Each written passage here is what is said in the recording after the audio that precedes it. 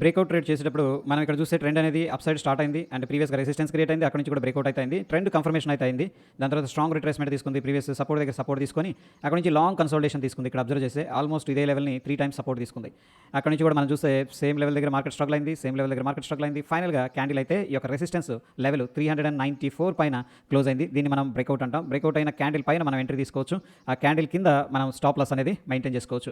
అయితే బ్రేక్అవుట్ అయ్యేటప్పుడు మనం చూడాల్సింది ఏంటంటే వాల్యూమ్స్ అనమాట. ఇక్కడైతే డీసెంట్గా ప్రీవియస్గా లేనంత వాల్యూమ్స్ అయితే ఈ క్యాండిల్లో పార్టిసిపేట్ చేసినాయి. అక్కడ నుంచి కూడా స్టాక్ అనేది పైకి చాలా అగ్రెసివ్గా వెళ్ళడం అనేది జరిగింది. మనం కానీ ఒకసారి పాయింట్స్ వైజ్గా చూసుకున్నట్టయితే 31% దాకా పైకి వెళ్ళింది. పాయింట్స్లో 127 పాయింట్స్ పాజిటివ్ అయితే మూవ్ అయింది. అయితే ఇక్కడ మనకి చూడండి ఒక ట్రెండ్ లైన్ అనేది కూడా డ్రా చేస్తున్నాను. ఈ 2 పాయింట్లు కలుపుతూ డ్రా చేసి ఎక్స్టెండ్ చేస్తే వచ్చే థర్డ్ పాయింట్ని మనం ఒకసారి 1 అవర్ టైం ఫ్రేమ్కి వెళ్ళి కన్వర్ట్ చేసి చూసామంటే చూడండి ఆ యొక్క ట్రెండ్ లైన్ దగ్గర ఎప్పుడైతే మార్కెట్ అనేది రావడం జరిగిందో ఇమీడియట్గా బుల్లిష్ ఎంగల్ఫింగ్ క్యాండిల్ ఫార్మేషన్ జరిగింది.